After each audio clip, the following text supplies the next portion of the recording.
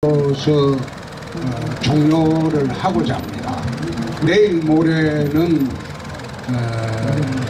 아침부터 종일 우리 지역 전체를 돌아다니면서 유세를 해야 되기 때문에 저녁에도 내가 지금 간당간당하거든요. 그래서 유세를 지금 다녀야 됩니다. 그래서 경제를 일에 하다 보면 그 동네를 갔는데도 5번을 갔는데도 자기가 못 봤으면 우리 동네 안 왔다는 거예요. 그래서 안 왔다는 사람이 좀 있기 때문에 내일부터는 전 동네를 다시 하루에 2번 정도 방문하는 그런 유세를 하려고 합니다. 그래서 내일 저녁하고 모레 저녁까지 다 하고 투표하고 당선되면 요 옆에 폭포수가 있죠. 저 폭포수 앞에 공터에서 그때는 자축 공연을 한번 하려고 합니다. 버스킹도 하고 자축하는 공연을 내가 한번 하려고 합니다. 옛날에는 노래를 참 잘했어요. 잘했는데 이제 목도 쉬고 그래서 그렇다고 하더라도 당선시켜 준다면 그런 정도의 보답을 해야 되겠다. 그래서 그날은 주민들이 요구하는 것을 전부 수렴을 하고 수성을 주민들, 대구 시민들이 저한테 요구하는 거, 또 대한민국을 위해서 무슨 일을 해야 되는지 그런 문제를 전부 수렴을 해서 정리를 하고, 그리고 노래도 부르고 또 우리 젊은 학생들이 춤도 잘 춰요. 그래 신나게 그날은 아마 자축년을 한 베풀어 보려고 하는데 지금 간당간당해서 그게 될런지 안 될런지는 모르겠습니다만은 그래 6일날 16일날은 그래 하려고 한다. 자 질문 받겠습니다. 네. 일전에 대표로 나오실 때 대구백화점에서 저하고 어깨동무도 해가지고 한 바퀴 돌았는 일이 있는데요. 지금 어떤 현상이 와서 이 수성구에 왔는지 또 어떤 포부를 가지고 이 대구에 점령하러 오셨는지 묻고 싶습니다. 그 이야기에 대해서 확실하게 좀 이야기해 주시고 또 대구를 위해서 뭐 어떻게 할 수 있는지 그것도 말씀을 꼭 해주시기를 부탁드립니다. 알겠습니다. 근데 공보물을 보면 다 나와 있는데 제가 대구에 온 이유는 황교안 대표하고 김영옥 공관위원장이 공천을 안 주겠다고 이번에는 출마를 하지 말라고 그래 요구를 했기 때문에 이번에 출마를 안 하면 2022년도 대선에 나갈 수가 없습니다. 그래서 당에서 그런 부당한 요구를 하고 있기 때문에 곰곰 생각해 보니까 내가 초중고등학교 나온 대구밖에 없다. 대구 사람이 설마 대구 시민들이 홍준표를 버리겠느냐 그 생각으로 이제 대구를 왔고 왜 수성을 해왔느냐. 첫째 대구를 오면 수성이 가버리 대구의 정치 1번지입니다. 가장 민도가 높고 그래서 거기 가면 날 버리지 않을 것이다. 두 번째 또 3월 6일로 내 기억이 되는데 주호영 의원이 저하고는 82년 사법시험 같이 합격했지만 제가 나이가 한 3살 많아가지고 형님 동생한 게 벌써 82년부터 알았으니까 지금 몇 년입니까? 38년 됐네. 그래서 주호영 의원이 싹 갑으로 가더라고. 그러길래 에라이 됐다, 마 조의 자리 가야 되겠다. 그래서 이제 수성을로 왔습니다. 왔는데 다른 지역에 또 갈 수 없었던 이유가, 다른 지역은 제가 당대표로 할 때 전부 데리고 있던 국회의원들이 출마를 합니다. 출마를 하기 때문에 내가 데리고 있던 국회의원들하고 당에서 어차피 공천을 안 줬는데 무소속으로 싸울 수가 없어가지고 수성을은 여기 현역이 없어요. 현역이 없고 저하고는 정치적으로 안면이 받치는 사람이 한 사람도 없습니다. 그래서 수성을로 왔다. 자, 그 다음에 수성을을 위해서 무엇을 하겠느냐. 오늘 낮에 이제 수성목에서 한 1000여 명이 이제 또 모였어요. 거기서 내가 자세히 이야기했는데, 수성을은 수성가벽위에서 낙후되어 있습니다. 낙후가 되어 있습니다.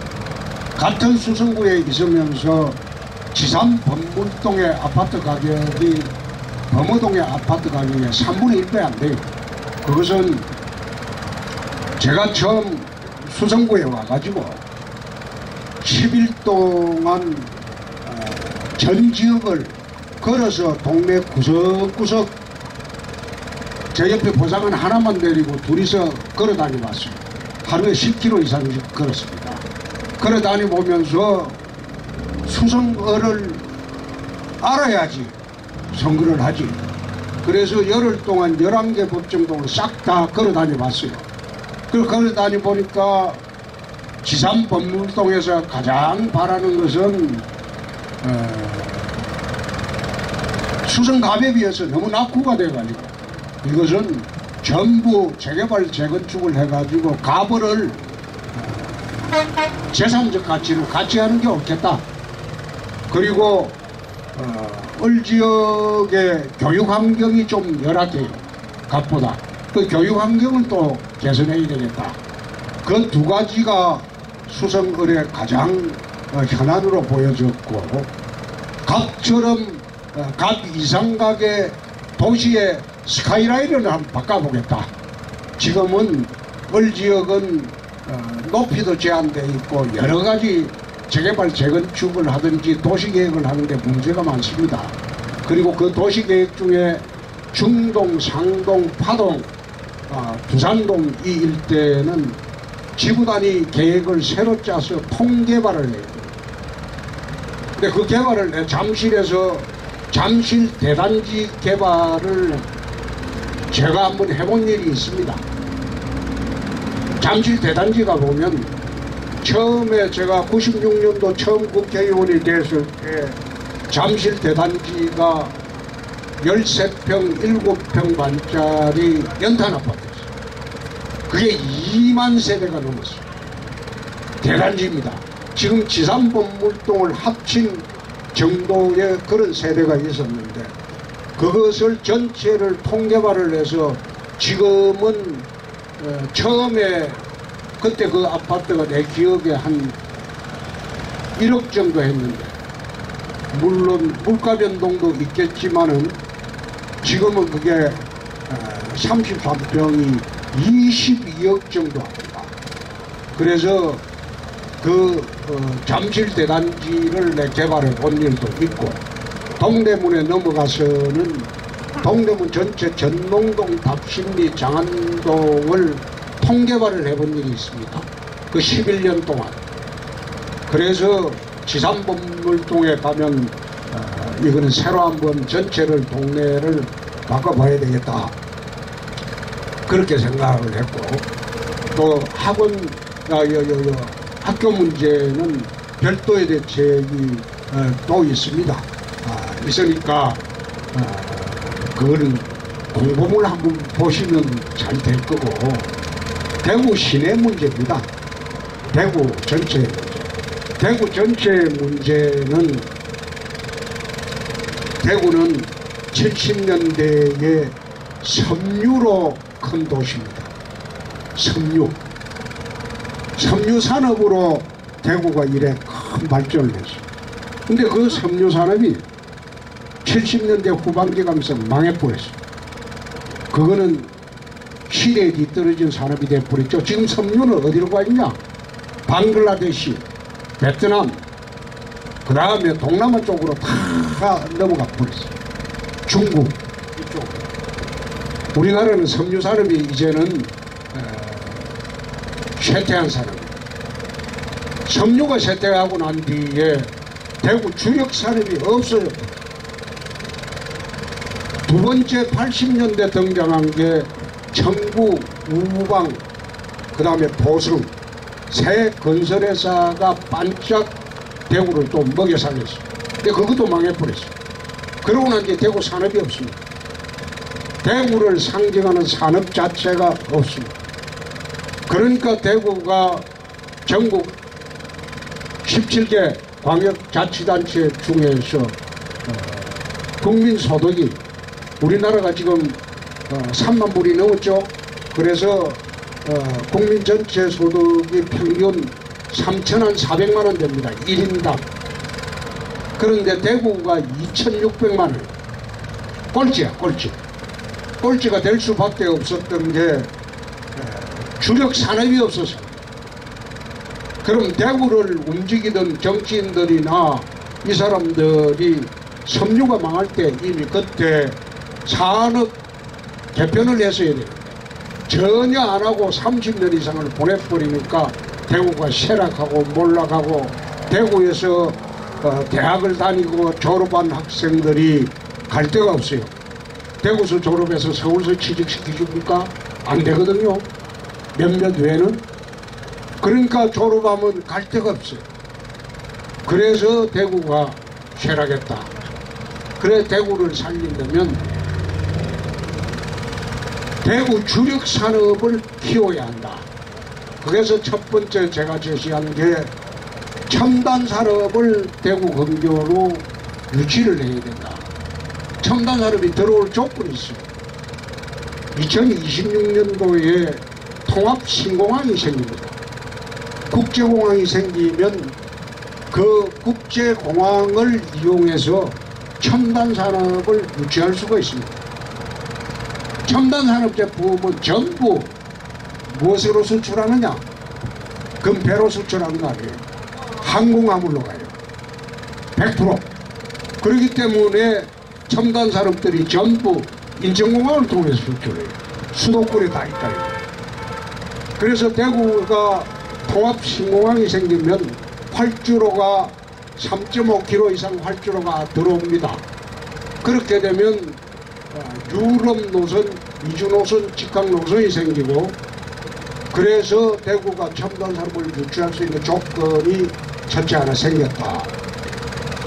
두 번째가 플라잉카 산업, 나르는 자동차 산업인데 그것도 현대기아가 지금 플라잉카 산업에 대한 어디에 근거를 둘 것이냐 물색을 하고 있어요. 대구에 그것을 한번 유치했으면 좋겠다. 그래서 산업구조 개편하고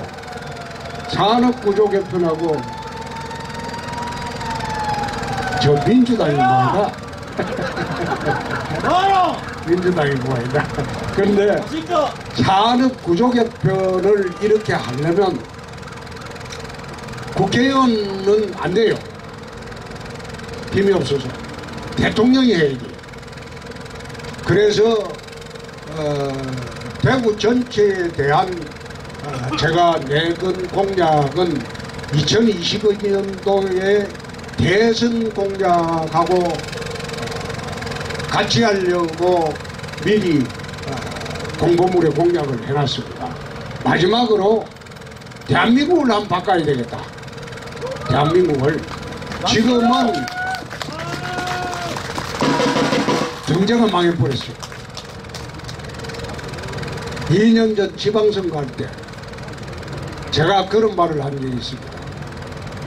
연말부터 경제가 무너질 것이다. 자영업자가 망할 것이다. 폐업할 것이다. 그 다음에 중소기업이 무너질 것이다. 대기업이 해외 탈출할 것이다. 문재인 정권 하에서는 나라 경제적 기반이 다 무너질 것이다.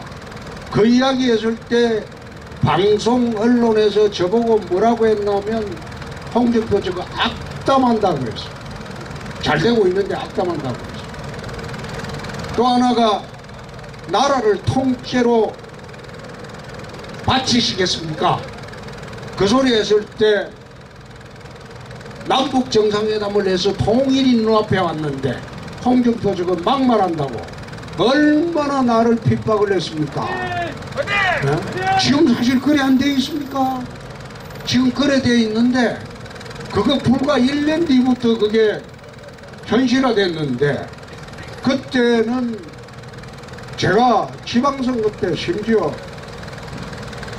대구시장조차도 유세를 못 오게 했어요. 막말한다. 그게 막말, 악담. 그 내가 굉장히 그때 힘들었어요. 내가 유세 안 왔죠?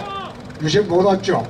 그리고 지방선거는 문재인이가 사기쳐서 이거 지방선거 이긴 겁니다.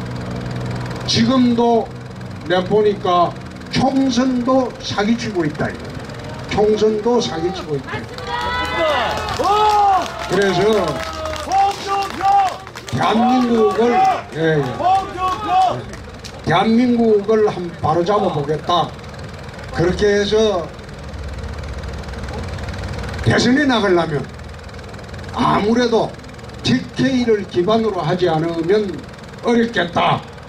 그래서 제가 대구로 왔습니다. 네. 그래서 대구 왔습니다. 네, 됐습니다. 아, 오늘 그것보다 투표나 잘해줘야지, 투표. 자, 예. 자, 또 질문하십시오. 여기. 질문하십시오. 네, 반갑습니다. 전국 253개 지역구에 한 600명 이상의 우리 보수 후보들 중에 유일하게 하도 문재인 이런 도를 서시는 걸로 알고 있습니다. 그만큼 틀어도 문제 하나 나지 않을 깨끗한 후보인 걸로 그렇게 생각을 합니다. 또한 지난 대선에서 우리 시장경제 그리고 공정의 화두를 부자에게 기회를 부자에게 자유를 서민에겐 기회를 이런 촌철살인의 어떤 워딩과 전략으로 우리 홍준표도 이길 수 있는 그런 후보라고 생각을 합니다. 또한 종북 좌파 민노총 전교조 척결을 외칠 수 있는 유일한 우리 대선 후보입니다. 깨끗하고 전략 있고 용기 있는 우리 홍 후보님 압승하셔서 이 나라 바로 잡아주시길 부탁드립니다. 질문 드리겠습니다. 코로나19는 곧 백신이나 치료제가 개발이 되면은 네. 끝나겠지만 네. 이 문정권이 저질러 놓은 기저질환 때문에 코로나 경제가 굉장히 어려울 걸로 생각이 됩니다. 우리 후보님의 이에 대한 대응 정책을 말씀드리면 고맙겠습니다. 네. 지금은 코로나 방역 때문에 우리 전부 거기에 신경을 쓰고 있는데 정작 중요한 것은 코로나 이후에 무너진 대한민국의 경제적 기반 그리고 대구가 가장 피해가 많아요. 이 무너진 경제적 기반 이걸 어떻게 재건해야 할 것인지 이게 제일 지금 중요한 문제입니다. 대한민국에서. 자, 우리나라가 해외 의존율이 70% 정도 돼요. 우리나라는 무역을 하지 않으면 먹고 살 수가 없어요. 그런데 지금 현재 아시아가 봉쇄가 됐어요. 중국이 봉쇄가 됐어요. 미국이 봉쇄가 됐어요. 유럽이 봉쇄가 됐어요. 수출이 안 돼요. 할 수가 없어요. 코로나 때문에. 자영업자들이 다 무너지고 있습니다. 중소기업이 무너지고 있습니다. 성서공단이 거의 올스톱이 되고 있습니다. 제조업이 지금 무너지고 있습니다. 서비스업이 호텔이 문을 닫지 않습니까? 그리고 여행사가 다 문을 닫았어요. 그러면 이렇게 모든 실물 경제 분야에 무너진 경제적 기반, 그거 살리는데 정부가 주력을 내야 되는데 그거는 하지 않고 지금 100만 원 준다고 떠들고 있죠. 난 그거 쳐다보면서 매달 100만 원 주냐? 100만 원 안 주죠? 한 번 주고 끝나잖아요. 응? 또 어느 야당 후보는 1인당 전 국민에게 50만 원 주자. 그럼 4인 가구 200만 원 주고 매달 줄 수 있나? 그럼 매달 못 줘요. 한 번 주고 끝나는 거예요. 그럼 그거 주고 난 뒤에 다 털어서 나눠 먹고 난 뒤에 그 다음 달에는 어떻게 살아라? 나는 그런 식의 경제정책성과는 반대입니다. 그렇게 하지 말고 자영업자, 중소기업, 그 다음에 모든 경제주체들, 서비스, 이 사람들이 회생할 수 있는 경제적 기반이 되는 조치를 취해야지 경제가 살아나고 전 국민이 일어설 수가 있는데, 그렇게 하지 않고 이거는 한 번 털어먹고, 이 선거철이라서 그래요. 선거철이니까 나는 그거 쳐다보면서 자유당 시절에 고무신 선거가 생각나더라고. 그때는 고무신 줘가지고 표 사고 그랬거든요. 그렇게 100만원 준다, 뭐 50만원 준다, 매달 주는 것도 아닌데 그거 한 번 주고 탁 털어먹고 끝내자. 그거는 나는 나라 운영하는 정책이 아니라고 봅니다. 그래서 지금은 문정권이 나라를 살리려면 비상체제를 가동을 해야 됩니다. 경제 비상체제를 가동을 하고 거기에서 무너진 경제적 기반을 어떻게 살릴 것인가, 그게 가장 주안이 되는 정책이 되어야 한다. 그렇지 않고 일회용으로 돈 한 푼씩 나눠주고 끝낸다, 그거는 맞지 않죠. 그 지난 후에 국민들은 한 달만 살고 말 거 아니지 않습니까? 그래서 정부가 문정권이 하는 짓을 보면서 이게 나라를 자꾸 수렁으로 몰고 가고 있다. 그래서 오늘 그런 이야기를 했습니다. 수성못에서 민주당에게는 한 표도 주지 마라. 수성갑에는 조연 찍고 수성을에는 홍준표 찍어주세요. 아니 어차피 저야 당선되더라도 민주당 갈 거 아니잖아요. 바로 목당할 건데. 아마 2번이나 8번이나 똑같은 건데 대신 내가 가야지 문재인이 안 잡겠습니까?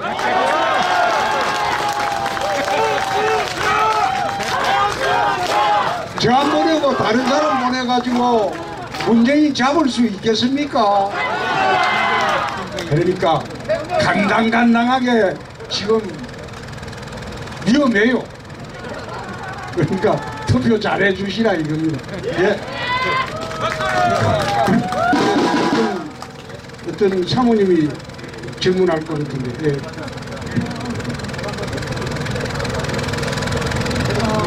80년대 이후로 미혼자 운동을 시작하면서 우리나라가 너무 작용화되어 있다고 생각이 들거든요. 그런데 지금 요번에 공천도 얼마 전에 박형준 그분이 목표를 130명이었더라고. 국회의원 이게 의석수 당선 목표를 130억 석수를 두고 공천을 했던데 그거 보고 저도 너무 많이 놀랐어요. 그래서 미통당에서 홍준표 이게 후보님이 당선이 되더라도 이 자경화를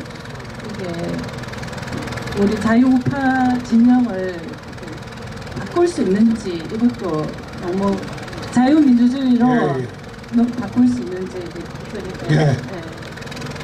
국회의원은요 머릿수로 싸우는 거 아니에요. 우리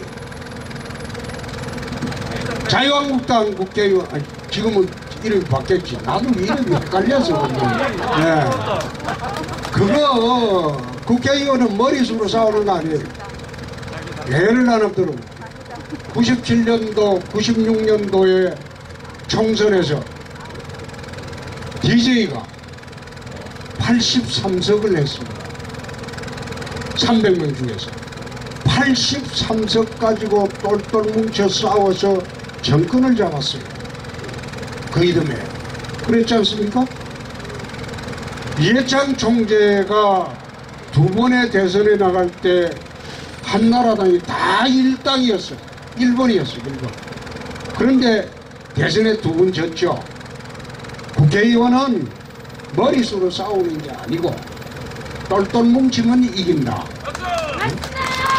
그게 80명이라도 뭉치면 200명의 힘을 능가할 수 있어요. 그런데 유감스럽게도 보수 우파 정당에서는 전사가 없습니다. 싸울 줄 아는 사람이 없습니다. 싸울 줄 아는 사람은 공천에서 다 배제하고, 이번에 내가 하는 거 보니까 선거에 이기려고 공천한 게 아니라 선거 후에 당권을 계속 지려고 공천을 했다 하는 그런 느낌을 받았어요. 그래서 그래도 우리가 이길 수는 있지 않겠나, 나 그런 생각을 좀 해봅니다. 해보는데 이번 총선 결과가 어떻게 나오더라도 실망할 거는 없습니다. 그것은 대선은 총선하고 또 별개의 전쟁입니다. 이번에 총선에 우리가 지더라도 참 그게 이겼으면 좋겠는데 지더라도 실망할 필요는 없다. 대선은 또 별개의 싸움이다. 국회의원들이 100명만 있으면 자유민주주의 지킬 수 있다.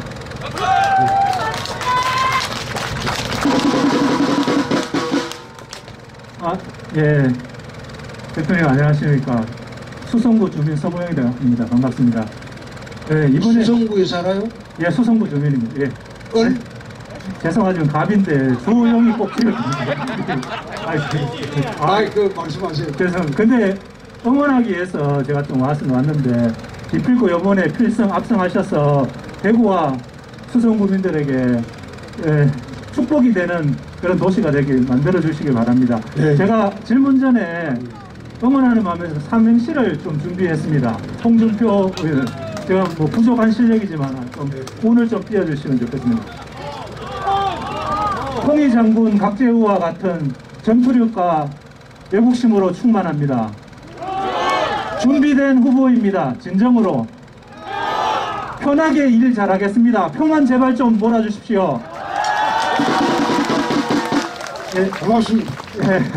예, 홍준표 대표님 응원한 마음에 집에서 좀 생각을 해봤는 건데요. 제 질문은 좀 뭐 가벼운 질문인데 몇 가지 좀 드리겠습니다.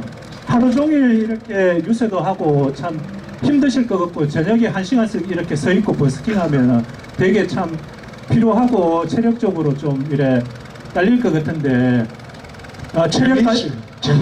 체력 관리, 건강 관리 어떻게 하시는지, 따로 운동을 하시는 게 있으신지. 아니, 예. 지금 선거운동하면서 몸이 굉장히 단단해졌어요. 하루 매일 걷거든요. 10,000보 이상 걷고 움직이고, 그게 얼마나 좋은 운동입니다.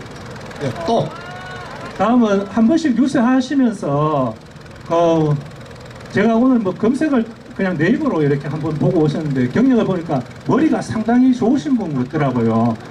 머리가 정말 좋으신 분이고 문재인 대통령은 머리가 안 좋다고 그분도 사법고시를 패스한 분이고 저보다는 훨씬 머리가 좋을 분입니다. 그런데 뭐 객관적으로 토론하는 거 보셔도 홍준표 후보님이 더 머리가 좋으신 것 같아요.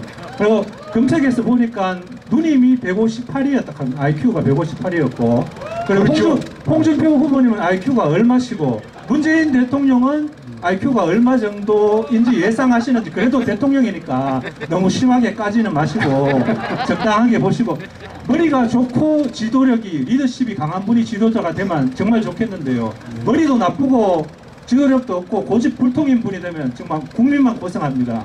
머리가 나쁜 사람은 지도자가 되면 안 되는지 의원님. 예. 그거는 제가 답변 드리기가 어려운 게 저희 누님이 후보님 IQ. 참 머리가 좋습니다. 저는 저희 누님, 작은 누님 머리를 못 따라갑니다. 못 따라가는데 우리 작은 누님이 저 대신 공부를 시켰으면 저보다 훨씬 뛰어났을 겁니다. 근데 저희 집이 이제 1남 3녀입니다. 그렇게 하다 보니까 집안의 대표 선수가 옛날에는 그 남자 선호사상이 강했거든요. 그래 하다 보니까 우리 집안의 대표 선수는 우리 작은 누님이 됐으면 참 좋았는데 이제 어쩌다가 이제 제가 아들이 하나이다 보니까 제가 이제 대표 선수가 됐는데 저는 머리가 좋은 게 아니고 노력을 많이 합니다. 노력을 많이 하고 지금도 시간 남은 책을 읽습니다. 모든 분야 알기 위해서 각종 책을 지금도 다 읽습니다. 읽고 국회에 있을 때도 상임위를 10여 곳 이상 다녔습니다. 한 군데 있지 않고 여기서 국정을 배우고 나면 그 다음 상임위로 또 가고 그렇게 해서 상임위를 옮긴 게 10여 개 이상 되고 그러니까 나라 살림도 알고 경남지사 할 때 지방행정도 알고 검사를 했으니까 사법부도 알고 입법, 사법, 행정부를 다 경험을 했죠. 그래 하다 보니까 이제 모든 현안에 대해서 머릿속에 정리가 좀 돼 있는 편이죠. 그리고 제가 늘 버릇이 있는 게 아침에 일어나면 저는 저녁 9시부터 뉴스를 안 봅니다. 저녁 8시 뉴스도 안 봅니다. 그거는 뉴스 잘못 보면 거기에 해법을 찾느라고 잠을 못 자는 경우가 있어요. 그래서 저녁 9시 뉴스부터는 9시부터는 절대 뉴스 안 봅니다. 그때부터는 영화를 보거나 케이블 영화를 보거나 하고 말고 아침에 일어나면 그 아침 뉴스가 종합 뉴스가 나오거든요. 그 아침 종합 뉴스가 나올 때 신문 보면서 대한민국에 일어났던 일 전부 한번 1시간 정도 정리를 합니다. 정리를 하고 누가 어디 가든 어떤 말을 물을지 모르니까 문제에 대해서 저 나름대로의 답을 다 머릿속에 정리를 해 놓습니다. 그렇게 이제 쭉 했기 때문에 제가 머리가 좋은 게 아니고 노력을 참 많이 한다. 그런 말씀 드리겠습니다. IQ가 한 150 정도로 생각하면 될 것 같은데 질문이 제가 한 두세 개 더 있는데 마감하겠습니다. 마감하고 한마디만 하겠는데 이순신 장군이 임진왜란 때 이렇게 말했습니다. 상류 12 미신불사 우리에게는 12척의 배가 있고 아직 미천하지만 이 이순신이 살아있으니까 왜군들이 감히 넘보지 못한다 했습니다. 그래서 임진왜란을 막아냈습니다. 우리에게는 홍준표가 있으니까 홍준표가 있으니까 현명한 수성을 시민들이 이 국난을 잘 극복할 것 같습니다. 상류, 준표, 수성을 불사입니다. 네, 들어주셔서 감사합니다. 그런데 아까도 말씀드렸지만 지금 간당간당해요. 예.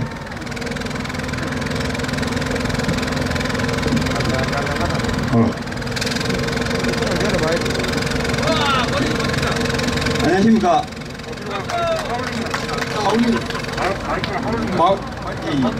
예. 제가 청도서 소주 한잔 먹다가 대표님께서 연설하신다 그가 투표권이 이어입니다. 여기까지 왔는데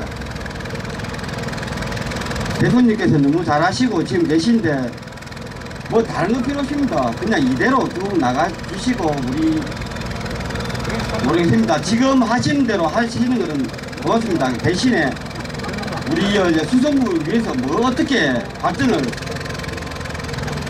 좀 더 우리 없는 사람들한테 좀 더 발전을 위해서 좀 더 할 수 있는 거 그걸 묻고 싶습니다. 아까 이야기했잖아. 다 했어요. 자, 좀 젊은 사람들, 청년들 한번 지금 네, 안녕하세요. 저는 25살 대학생입니다. 제가 질문 드리고 싶은 거는 두 가지인데요. 첫 번째는 안보적인 문제입니다. 지금 북한에서 코로나 문제로 김정은 정권이 좀 무너질 거다 이런 말도 많이 나오고 있는데 우리나라가 안보가 많이 좀 흔들리고 있다고 생각하고 있고 그거에 대한 어떤 해결책을 좀 제가 궁금하고요. 두 번째는 세계적으로 미국이랑 인도에서 중국한테 국제적으로 소송을 넣고 있습니다. 우리나라도 거기다 소송을 같이 넣으면 좋겠는데 우리나라 정부가 종북 또 중국이란 친한 중국에 의존하는 그런 정부라고 생각을 하고 있어서 그 문제에 대해서도 어떻게 생각을 하시는지 궁금합니다. 미국하고 인도가 이제 국제적으로 소송을 하고 있는데 네, 국제적으로 무슨 소송? 그 손해배상 소송입니다. 국제적으로 뭐 때문에? 코로나 그거 은폐 코로나19 우한폐렴 은폐로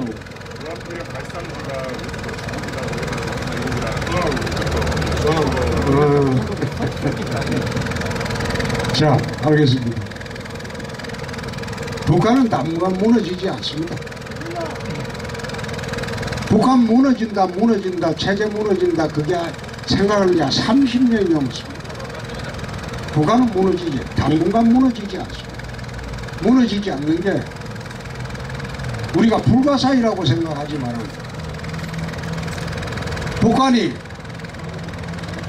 평양 시민들만 제대로 감사하면 자기들은 안 무너진다고 생각합니다. 그래서 북한 체제가 쉽게 무너지지는 않는다. 두 번째, 코로나 가지고 국제소송을 지금 진행 중이라고요? 그거는 내가 처음 듣는 소리인데.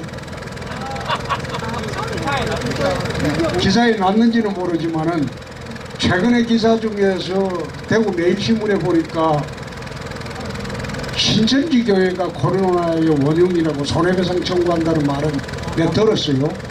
내가 그걸 보면서 손해배상 청구할 거는 문재인 대통령한테 대구 사람들이 청구하는 게 옳지 않느냐. 이걸 코로나 재앙을 확산시킨 것은 난 대통령의 책임이라고 봅니다. 몽골이 중국과 접경 지역에 있어요. 그런데 몽골이 지금 코로나 확진 환자가 보도를 보면 13명입니다. 근데 몽골이 왜 중국과 붙어 있는데도 코로나 확진 환자가 13명밖에 안 되냐? 발생 초기에 중국과 국경을 차단해버렸어요. 우리나라는 대한의사협회에서 문재인 대통령한테 중국 차단해달라고 10번을 요구를 했어요. 다 거절했어요. 지금도 안 하잖아요. 그래서 코로나가 확산이 됐다. 그러니까 문 대통령이 책임져야 될 거 아니야. 참 손해배상을 문재인 대통령한테 묻는 게 옳지 않느냐. 난 그런 생각. 예. 네, 대표님 안녕하십니까. 먼저 대학 후배로서 인사 한번 드리겠습니다. 부사마폰 김명섭이고 1위 남원입니다.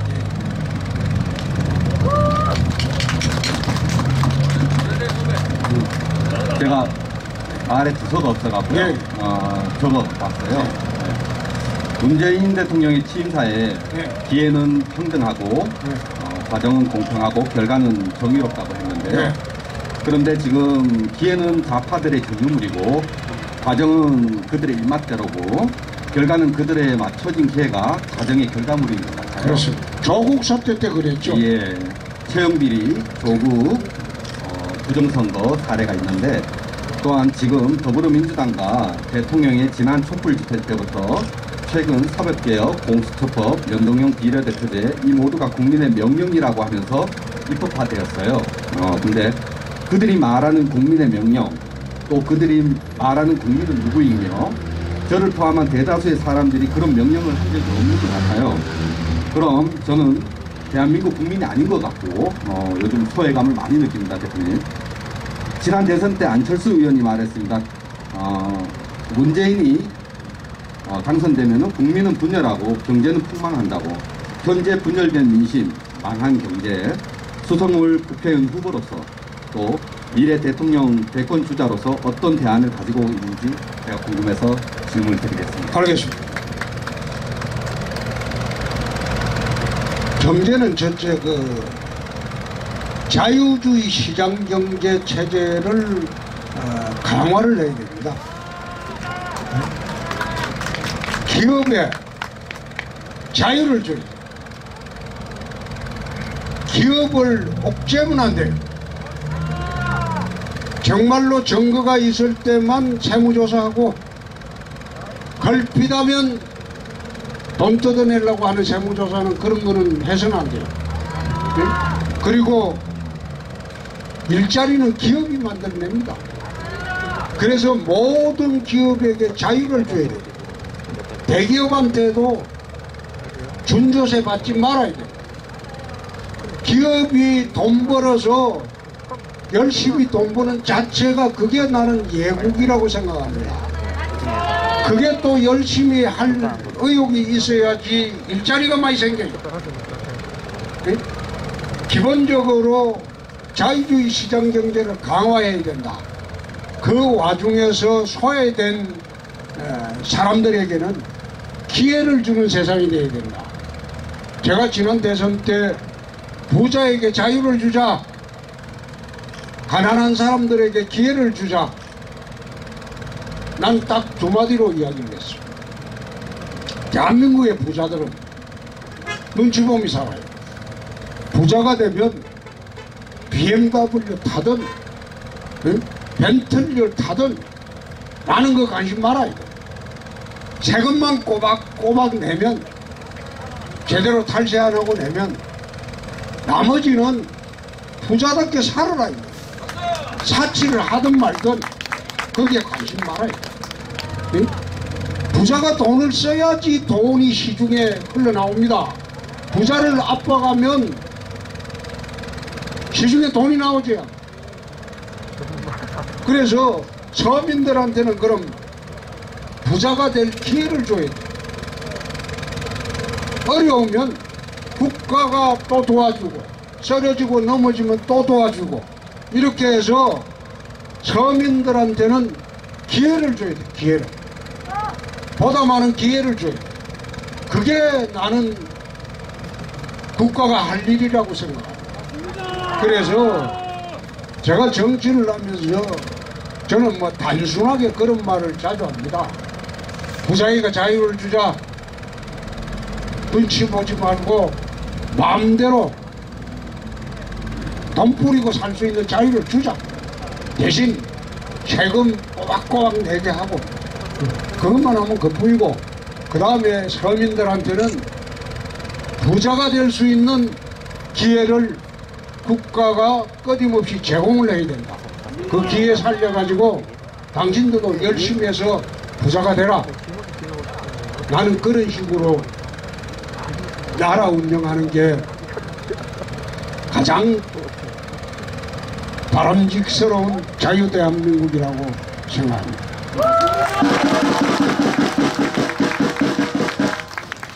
그리고 대구 사는 45세 길경진입니다. 저는 간단하게 한마디만 하겠습니다.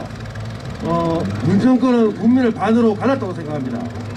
그래서 저는 하루하루 파란색, 노란색만 보면 다 죽이고 싶습니다. 그러니까 살 수가 없습니다, 제가.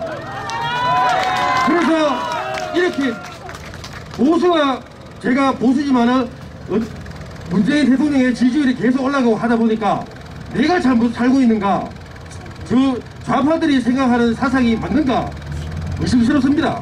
그래서 하루하루 너무 힘듭니다. 이 문제 좀 해결해 주시면 감사하겠습니다.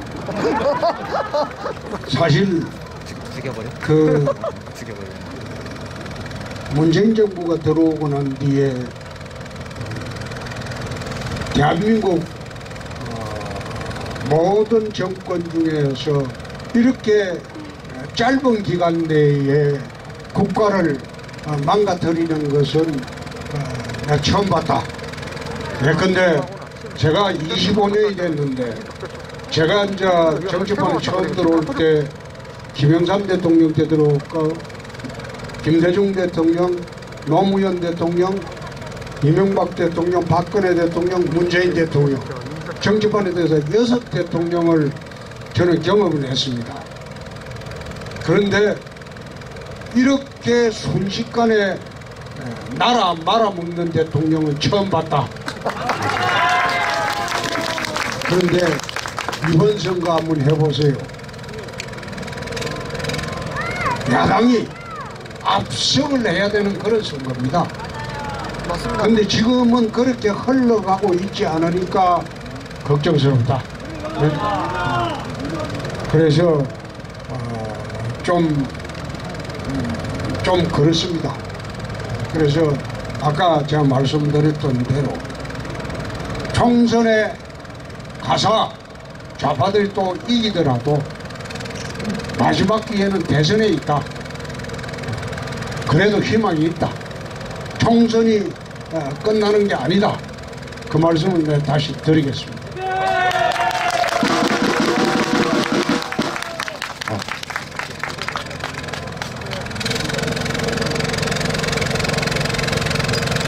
홍 후보님 반갑습니다. 제가 그 수성구에 한 30여 년에서 살고 있는데 지금 수성 동일 하이비엘에 살고 있습니다. 지금 우리가 여기 다 계신 분들도 마찬가지겠지만 갑인지 어린지는 난 구분은 못 하겠습니다. 근데 저는 어리예요. 근데 올해 우리 홍 후보님이 어려오셨다는 것에 대해서 참 반기는 사람도 있고 또 나름대로 왜 이쪽에 왔을까 이런 사람도 있습니다. 있고 그에 대해서 한 말씀해 주시고, 또 두 번째로 우리 대선에 나가신 우리 홍 후보님이 이래 수성에 와서 과연 무엇을 할 것이냐 하는 의아심도 가지고 2년 후에 하는 의아심도 가지고 있는 사람 많습니다. 많은데 그에 대해서 속 시원하게 내가 일하면은 내가 수성 어른 내가 완전 죽인다 하든지 뭐 하든지 그에 대해서 이야기해 주시면 감사하겠습니다. 조금 늦게 나오셨는데 그거는 처음에 다 이야기 드렸습니다. 예. 다 했습니다. 자, 또 아까 자세히 이야기를 했습니다. 예. 대표님 반갑습니다. 저는 대표님 신천초등학교에 다니셨다셨는데 저는 신천초등학교 74년도 졸업한 후배입니다. 집은 동아백화점 인근에 살고 있고 네. 수성을지역에 거의 60년 가까이 살았습니다. 오늘을 아까 지나가다 보니까 어떤 분이 홍준표는 우리 동네에 연꿀째 굴러들어오는 호박이다 이런 말씀을 드려서 호박은 세수는 부드러울 때 무쳐 먹고 쪄 먹고 억시면 껍질 뺏겨서 떠서 삶도 사 먹습니다. 정말 제대로 된 호박인 것 같습니다. 제가 간단하게 좀 메모를 해왔습니다. 첫 번째, 지금 수성갑 이야기가 많이 나오는데 수성갑에는 더불어민주당의 김부겸 후보가 수성에서도 대권 후보를 키우자고 슬로건을 걸고 있습니다. 그렇다면 우리 수성을이 원조 수성인데 수성을에서 대권 후보를 키우는 것이 더 바람직하지 않느냐 이런 생각인데요. 한 가지 대표님께 좀 섭섭하게 생각되는 내용은 대표님이 자유한국당 대표 시절에 소위 말하는 교육을 잘못시킨 것이 있다 이런 생각이 듭니다.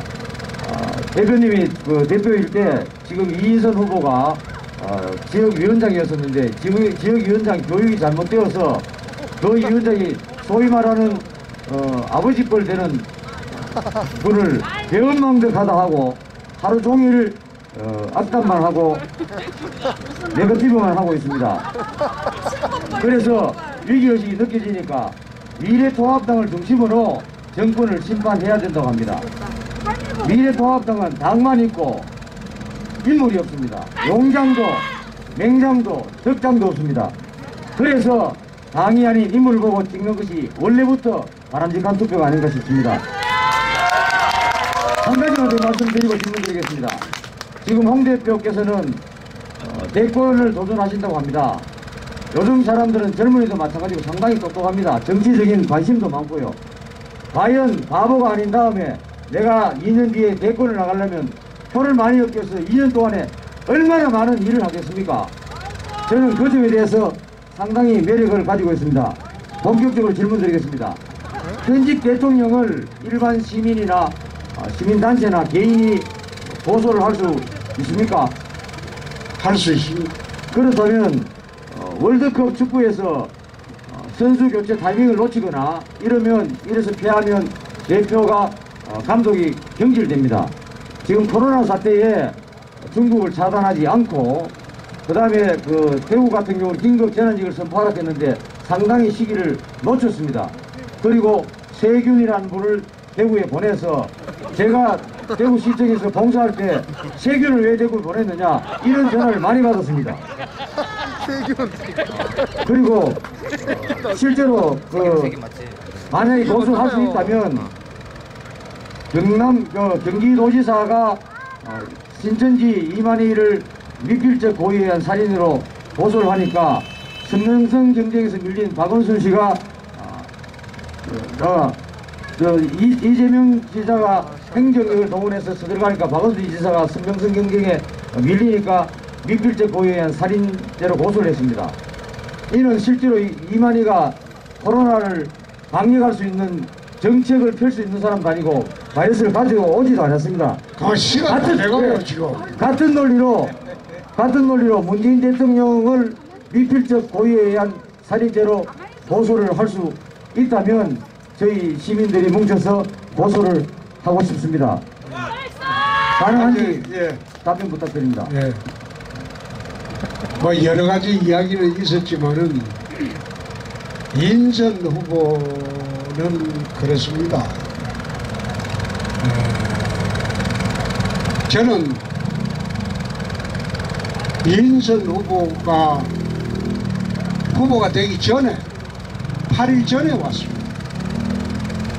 그래서 인선 후보가 된다는 것을 확신하지 않고 왔기 때문에 아마 본인이 서운할지 모릅니다. 그렇지만은 지금 나라가 절박하기 때문에 제가 여기 온 것이고 또 지금 그 격포에서는 아침부터 저녁 때까지 내 욕망하고 돌아다녀요.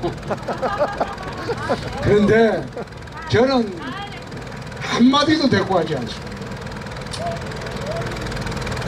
욕을 해본들 선거라는 거는 내가 어떻게 세상을 바꾸고 지역을 바꾸고 나라를 어떻게 바꾸고 그렇게 해서 표를 얻어야지 상대방 욕을 하면요 절대 표가 나오지 않습니다. 나는 그쪽이 내를 어떻게 욕을 하는지 그건 나는 듣지도 않고 또 거기에 또 보니까 성스캔들 비슷한 거로 정계 퇴출된 사람이 요즘 돌아다니면서 내용만 하는데 그게 무슨 팩트라도 있으면 내가 손을 좀 보겠는데 그게 사실이 없어요. 그냥 이제 자기 생각으로 내욕을 하는데 내가 뭐라 할 수도 없고 그것도 새까만 후배고 그리고 자기가 어떻게 퇴출이 됐는지 정계 그 생각도 안 해요. 나 같으면 부끄러워서 대구 못 살아. 보따리 싸가지고 딴 데 가지. 그런데 그걸 아침부터 내 사무실 앞에 아침 회의하는데 쉘이 크게 틀어놓고 내 욕을 해대는데 나는 거기에 되지 않습니다. 되지 않고 할 일만 종료 5분 전입니다. 안녕하십니까, 홍준표 후보님. 저는 포항 남구에서 온 심재헌이라고 합니다. 저는 또 현재 자영업을 하고 있고 또 인보 아름이 현보라고 3남매의 가정이기도 합니다. 저는 일단 질문에 앞서서 대구 시민 여러분들께 당부의 말씀 좀 드리고 싶습니다. 저번 대선 때부터 우리 홍준표 후보님께서 이런 말씀을 하셨습니다. 한 번 속으면은 속인 놈이 잘못이고 두 번 속으면은 속인 놈도 잘못이다. 그런데 세 번 속으면은 둘 다 같은 놈이다. 아이, 제 말씀은 뭐냐? 저번 대선 때 한 번 속았죠? 네. 저번 지방선거 또 속았죠? 네. 제가 사실은 저번 대선 때는 경북 지역 다 돌면서 홍준표 후보님 지원 유세 다녔습니다.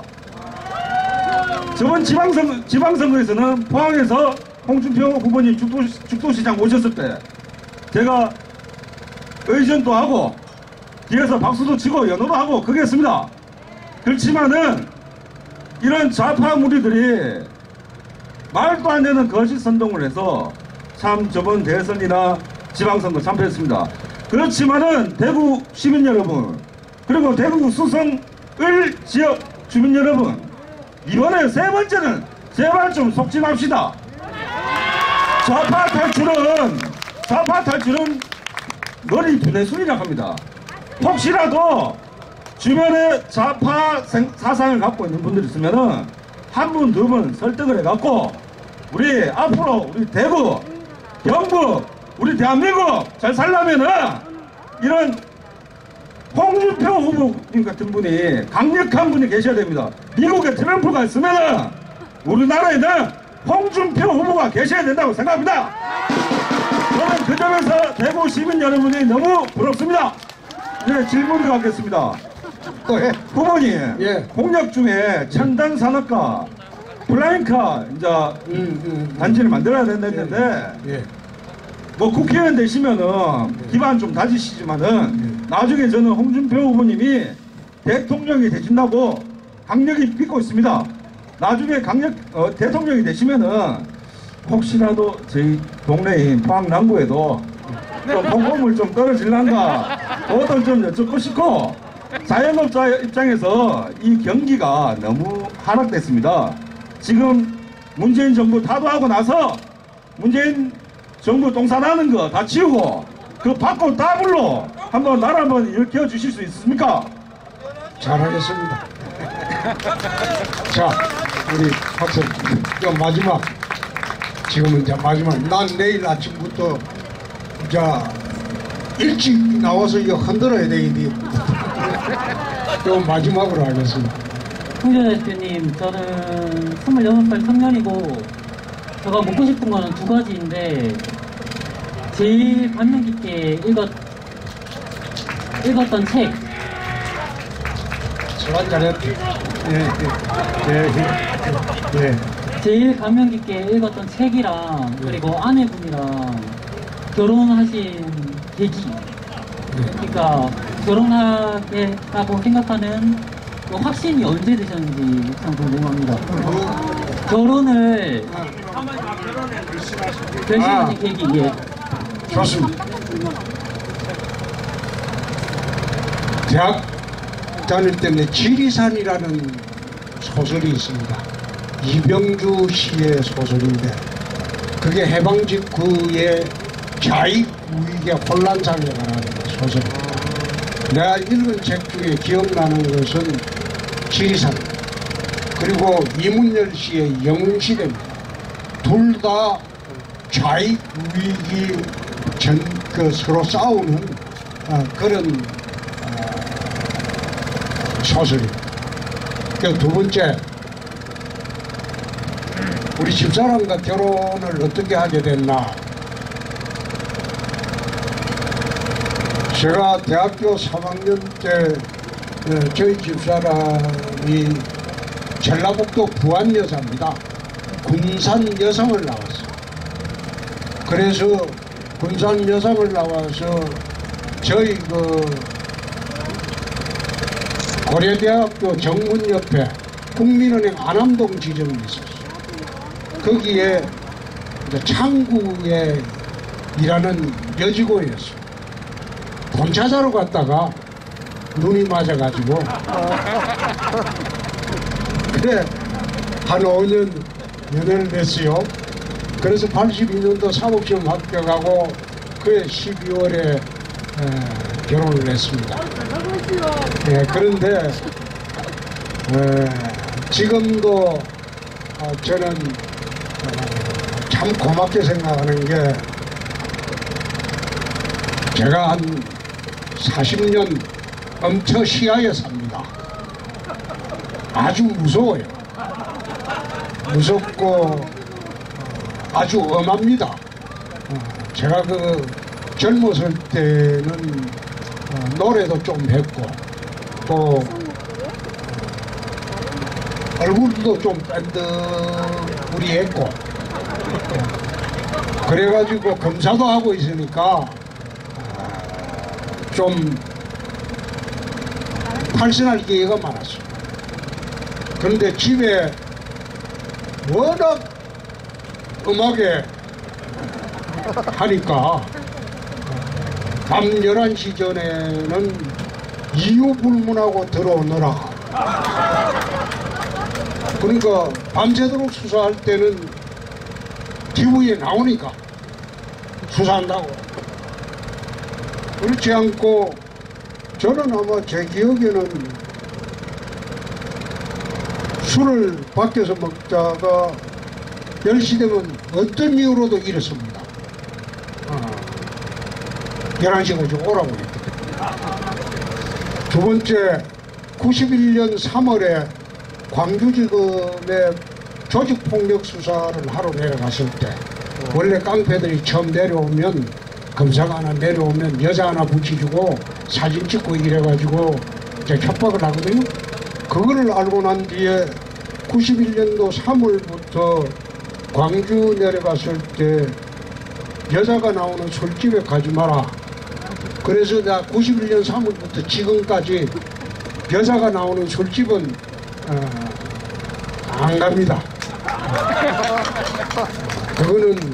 그거 어기면 집에 가서 쫓겨나니까.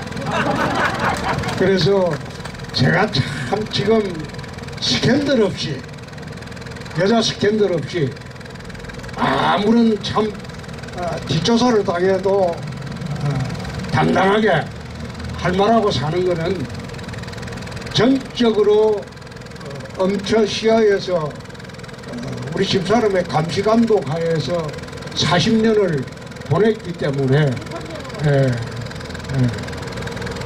지금의 홍준표가 있다. 그렇지 않으면 진작 날아갔을 거예요. 됐습니까? 자, 오늘 이제 대강 끝냈고, 네.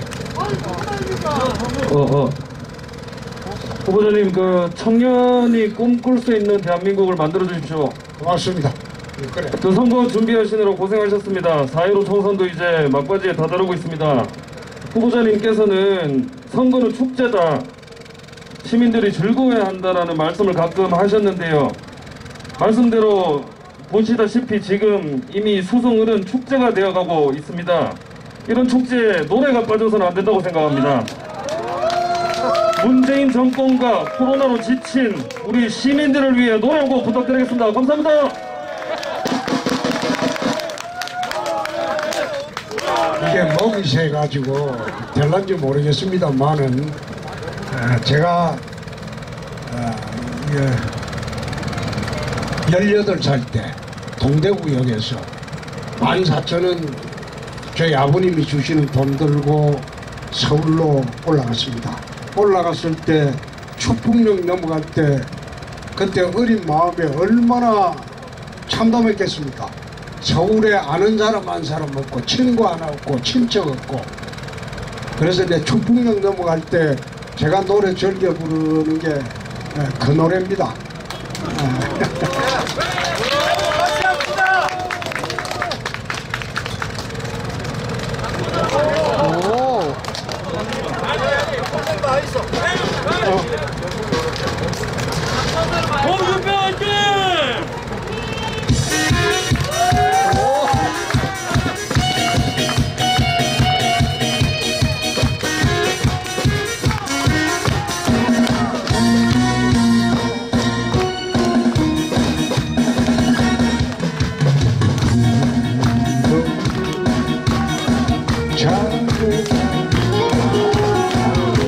바람도 시려도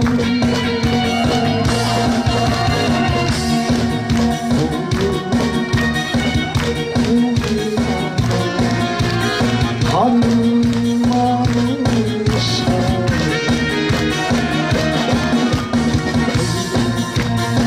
것을 들어가 주렁진 거리